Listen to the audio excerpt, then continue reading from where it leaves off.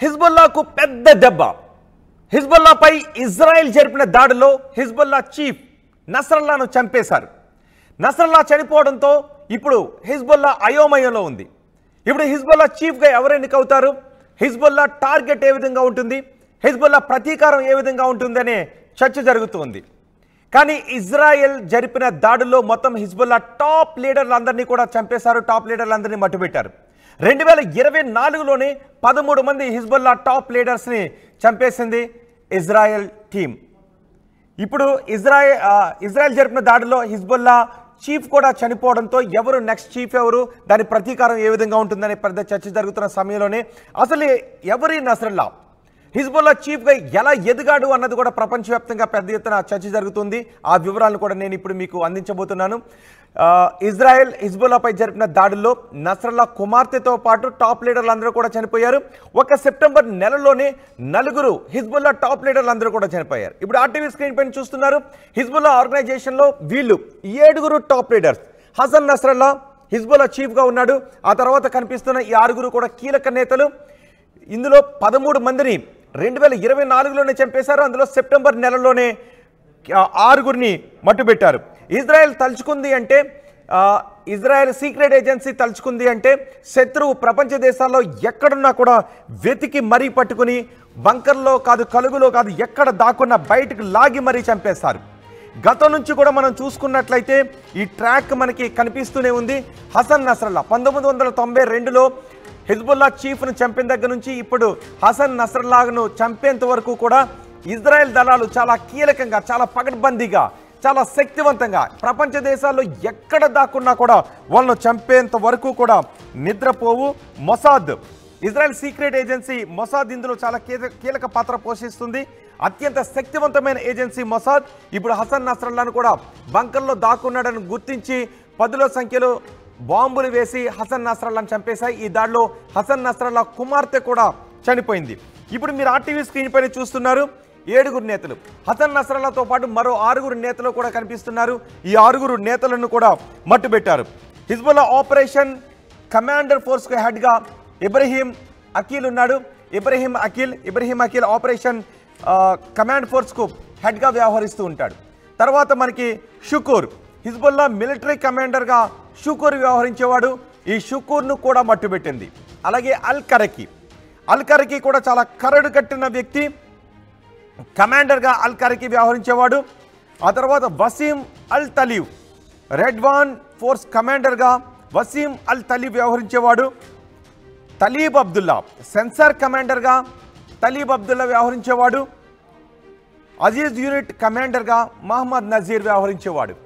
మొత్తం ఈ 6 హసన్ నస్రల్లా చీఫ్ని, మొత్తం చీఫ్తో పాటు 7 కూడా మట్టుబెట్టింది.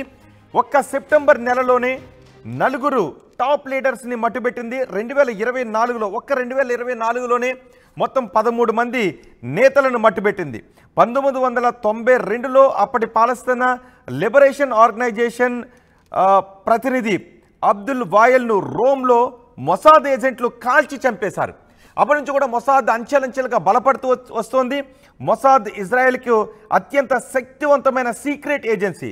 మొసాద్ ఎవరైనా టార్గెట్ చేసిందంటే ప్రపంచ దేశాల్లో ఎక్కడ ఉన్నా కూడా వెతికి పట్టుకుని మరీ చంపేస్తుంది. రోమ్లో మొసాద్ ఏజెంట్లు అప్పుడు కాల్చి చంపేశారు 1972లో. ఇప్పుడు 2024లో హిజ్బుల్లా చీఫ్ హసన్ నస్రల్లాను చంపడంలో కూడా మొసాద్ చాలా కీలక పాత్ర పోషించింది. అసలు ఈ హసన్ నస్రల్లా ఎవరు, హసన్ నస్రల్లా నేపథ్యం ఏంటి అనేది నేను మీకు వివరించబోతున్నాను. హసన్ నస్రల్లా తండ్రి ఒక చిన్న వ్యాపారి. హసన్ నస్రల్లా చిన్నప్పటి నుంచి మత విద్య పట్ల ఆకర్షితుడయ్యాడు. హిజ్బుల్లాపై వైమానిక దాడి చేసి చంపడంలో చాలా కీలక పాత్ర పోషించింది ఇజ్రాయెల్. మనకి ఇప్పుడు ఆర్టీవీ స్క్రీన్ పైన కనిపిస్తున్న వ్యక్తి హసన్ నస్రల్లా. దాడిలో హిజ్బుల్లా చీఫ్ హసన్ నస్రల్లా చనిపోయాడు. హిజ్బుల్లాను ముందుండి నడిపించడంలో హసన్ నస్రల్లాదే కీలక పాత్ర. ఈ హసన్ నస్రల్లా ఎవరు అనేది ఇప్పుడు నేను మీకు చెప్పబోతున్నాను. 32 సంవత్సరాలకే హిజ్బుల్లా చీఫ్గా బాధ్యతలు చేపట్టాడు హసన్ నస్రల్లా. హసన్ నస్రల్లాను లక్ష్యంగా చేసుకుని ఇజ్రాయెల్ ఈ దాడికి పాల్పడింది. హసన్ నస్రల్లా తండ్రి ఒక చిన్న వ్యాపారి. హసన్ నస్రల్లా 9 మంది తోబుట్టువుల్లో హసన్ నస్రల్లా పెద్దవాడు. హసన్ నస్రల్లాకు 9 మంది తోబుట్టువులు ఉన్నారు. 9 మంది తోబుట్టువుల్లో హసన్ నస్రల్లానే పెద్దోడు. బీరూట్లోని బౌజ్ మహదోలో నస్రల్లా జన్మించాడు. నస్రల్లా తండ్రి అబ్దుల్ కరీం ఒక చిన్న వ్యాపారి. కానీ అజన్ నస్రల్లా మాత్రం కరడు కట్టిన తీవ్రవాదిగా మారాడు. 9 మంది తోబుట్టువుల్లో పెద్దవాడు నస్రల్లా. 16 ఏళ్ల వయసులోనే షియా పొలిటికల్ పారామిలిటరీ గ్రూప్ ఉద్యమంలోకి నస్రల్లా చేరాడు. చిన్నప్పుడే మత విద్యను అభ్యసించాడు. ఇరాక్ నజాఫ్లోని మత విద్యా సంస్థలో 3 ఏళ్ల పాటు అక్కడ చదువుకున్నాడు. అజన్ నస్రల్లా 16 ఏళ్ల వయసులోనే షియా పొలిటికల్ పారామిలిటరీ గ్రూప్ ఉద్యమంలోకి నస్రల్లా ప్రవేశించాడు. మత విద్యలన్న మత విద్య కార్యకలాపాలన్న అతనికి చాలా ఇంట్రెస్ట్. ఫాతిమా యాసిన్ను పెళ్లి చేసుకున్నాడు నస్రల్లా. ఫాతిమా యాసిన్ను పెళ్లి చేసుకున్న తర్వాత 4 పిల్లలు ఉన్నారు. నస్రల్లాకి 4 పిల్లలు పుట్టారు. ఇప్పుడు కుమార్తె కూడా చనిపోయింది. లెబనాన్ రాజకీయాల్లో అత్యంత ప్రభావిత పవర్ బ్రోకర్గా నస్రల్లా మారాడు. చిన్న వయసులోనే మత విద్య పట్ల ఆకర్షితుడై ఉగ్రవాద కార్యకలాపాలకు ఎంట్రీ ఇచ్చాడు. ఆరోగ్యం, విద్య, సామాజిక సేవా కార్యక్రమాల్లో చాలా ఆధిపత్యాన్ని కలిగి ఉన్నాడు నస్రల్లా. ఇరాన్ ప్రాంతీయ శక్తిగా ఎదగటానికి నస్రల్లా చాలా సహకారాన్ని అందిస్తూ వచ్చాడు. ఇరాన్ అక్కడ ప్రాంతీయ శక్తిగా ఎదిగిందంటే దానికి నస్రల్లా ఒక కారణం. జెరూసలంకు స్వేచ్ఛ కల్పించాలి అన్నదే నస్రల్లా లక్ష్యం. అందుకోసం చాలా పోరాటాలు చేశాడు. ఉగ్రవాద కార్యకలాపాలు ఎంతోమందిని మట్టుబెట్టాడు కూడా.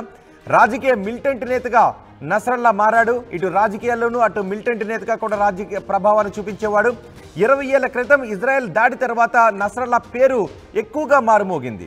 అప్పటి నుంచే శత్రువుగా మారాడు ఇజ్రాయెల్కి. 20 ఏళ్ల క్రితం దాడి జరిగిందని 18 ఏళ్ల క్రితం ఇజ్రాయెల్ యుద్ధంలో కూడా నస్రల్లా కీలక పాత్ర పోషించాడు. అప్పటి నుంచి ఇజ్రాయెల్ నస్రల్లాను మట్టుబెట్టాలని ప్రయత్నిస్తూ వస్తోంది. 2006లో ఇజ్రాయెల్ యుద్ధంలోనూ నస్రల్లా కీలక పాత్ర పోషించాడు. అప్పటి నుంచి ఇజ్రాయెల్కు బద్ధ శత్రువుగా నస్రల్లా మారాడు. నస్రల్లాను అంతమొందించాలి అని ఇజ్రాయెల్ ప్రయత్నం చేస్తూనే వస్తుంది.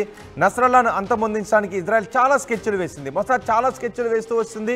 ఎప్పుడు బంకర్లోనే హిజ్బుల్లా నేత దాక్కుంటూ ఉండేవాడు. ఎప్పుడు బంకర్ల నుంచి బయటకు వచ్చేవాడు కాదు నస్రల్లా. షియాల తరపున ఆందోళనల్లో నస్రల్లా ఎక్కువగా పాల్గొనేవాడు. 1978లో నస్రల్లాను ఇరాక్ నుంచి బహిష్కరించాడు అప్పటి అధ్యక్షుడు సద్దాం హుస్సేన్.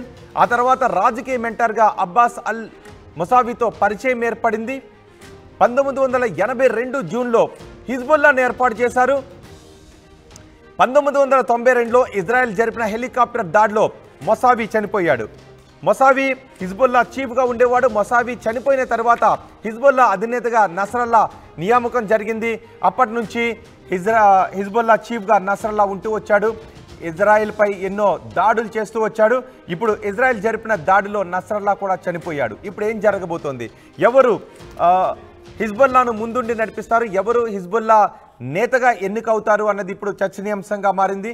అంతేకాదు ఇప్పుడు హిజ్బుల్లాకి ఇంత ఎదురుదెబ్బ తగిలిన నేపథ్యంలో హిజ్బుల్లా టాప్ కమాండర్లందరినీ కూడా ఇజ్రాయెల్ చంపేసిన నేపథ్యంలో ఇప్పుడు షాడో యూనిట్ రంగంలోకి దిగే అవకాశం ఉంది అని తెలుస్తోంది. 1992లో కూడా అప్పటి చీఫ్ను చంపిన తర్వాత ఈ షాడో యూనిట్ రంగంలోకి దిగింది. 910గా పిలుస్తారు.